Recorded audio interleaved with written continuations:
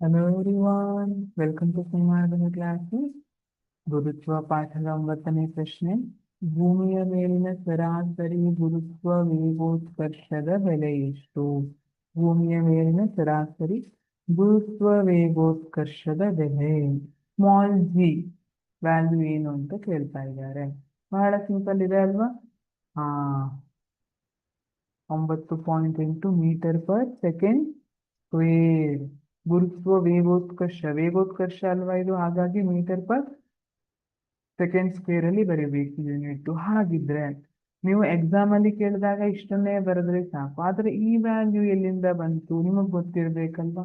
ಅದಕ್ಕೆ ಎಕ್ಸ್ಪ್ಲೇನ್ ಮಾಡಿರ್ಲ. G is equal to ಗುರುತ್ವ ವೇಗೋತ್ಕರ್ಷ ಇಸ್ ಈಕ್ವಲ್ ಟು ಗುರುತ್ವ ಸ್ಥಿರಾಂಕ ಇಂಟು ಭೂಮಿಯ ದ್ರವ್ಯರಾಶಿ ಡಿವೈಡೆಡ್ ಬೈ ಭೂಮಿಯ ತ್ರಿಜ್ಯದ ಸ್ಕ್ವೇರ್ ಆಗಿರುತ್ತೆ, ವರ್ಗ. ಈಗ ಜಿ ವ್ಯಾಲ್ಯೂ ಏನಿದೆ? 6.7 ಇಂಟು 10⁻⁻11 ಅಲ್ವಾ? ಇಲ್ಲಿ ಬರ್ಬೋದು 6.7 into 10⁻⁻11 newton metre square per KG square ಇರುತ್ತೆ ಅಲ್ವಾ? ಇಂಟು ಭೂಮಿಯ ದ್ರವ್ಯರಾಶಿ ಎಷ್ಟಿದೆ? 6 ಇಂಟು 10⁻24 kg. ನೋಡಿ, ನಮ್ಮ ದ್ರವ್ಯರಾಶಿಗೆ ಭೂಮಿಯ ದ್ರವ್ಯರಾಶಿಗೆ ಎಷ್ಟು ವ್ಯತ್ಯಾಸ ಇದೆ ಅಲ್ವಾ? Divided by R square. ಭೂಮಿಯ ತ್ರಿಜ್ಯ ಏನಿದೆ? 6.4 ಇಂಟು 10⁻6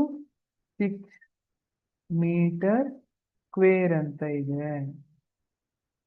ಸರಿ, ಈಗ ಇದನ್ನೆಲ್ಲ ಕ್ಯಾಲ್ಕುಲೇಟ್ ಮಾಡಿ ನೋಡ್ರಿ. 6.7 ಇಂಟು 6 ಮಾಡಿ, ಡಿವೈಡೆಡ್ ಬೈ ಏನ್ ಮಾಡ್ತೀರಿ? 6.4 ಇಂಟು 6.4 ಮಾಡಿದಾಗ ಆನ್ಸರ್ ಏನ್ ಬಂದಿರುತ್ತೆ ಅದನ್ನ ಮಾಡಿ. ಮಾಡಬೇಕಾ? ಗೊತ್ತಾಗತ್ತಾ? ಮೊದಲು ಏನ್ ಮಾಡ್ಬೇಕು ನೀವು? 6.4 ಇಂಟು 6.4 ಮಾಡಿ, ಆನ್ಸರ್ ಎಷ್ಟು ಬರುತ್ತೆ? 40.96 ಬಂತ. ಇಂಟು 10⁻6 ಇದೆ, 6 ಇಂಟು 2 12 ಬರೆದ್ರ? 6.7 ಇಂಟು 6 ಮಾಡ್ರಿ, ಎಷ್ಟು ಬರುತ್ತೆ ನೋಡೋಣ? 40.2 ಇಂಟು 10⁻−11 ಇಂಟು 10⁻24. ಈಗ 40.2 ಡಿವೈಡೆಡ್ ಬೈ 40.96 ಮಾಡ್ರಿ, ಎಷ್ಟು ಬರುತ್ತೆ?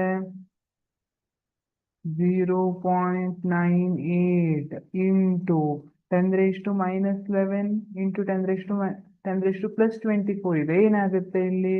ಇದು 10⁻24 ಇಂದ 11 ಮೈನಸ್ ಮಾಡ್ರಿ, ಏನ್ ಬಂತು? 13 ಬಂತ. ಇಂಟು 10⁻+12 ಇರೋದ್ ಮೇಲೆ ಹೋದ್ರೆ ಏನಾಗುತ್ತೆ? -12 ಆಯ್ತು. ಈಗ 13ರಿಂದ 12 ಹೋದ್ರೆ ಎಷ್ಟಾಯ್ತು? 1 ಆಯ್ತು. 10⁻1 0.98 ಇಂಟು 10 ಮಾಡಿದಾಗ 9.8 ಮೀಟರ್ ಪರ್ ಸೆಕೆಂಡ್ ಸ್ಕ್ವೇರ್. ಇಲ್ಲಿ ನೋಡಿ, ಮೀಟರ್ ಪರ್ ಸೆಕೆಂಡ್ ಸ್ಕ್ವೇರ್ ಉಳಿಯುತ್ತೆ ಅಲ್ವಾ?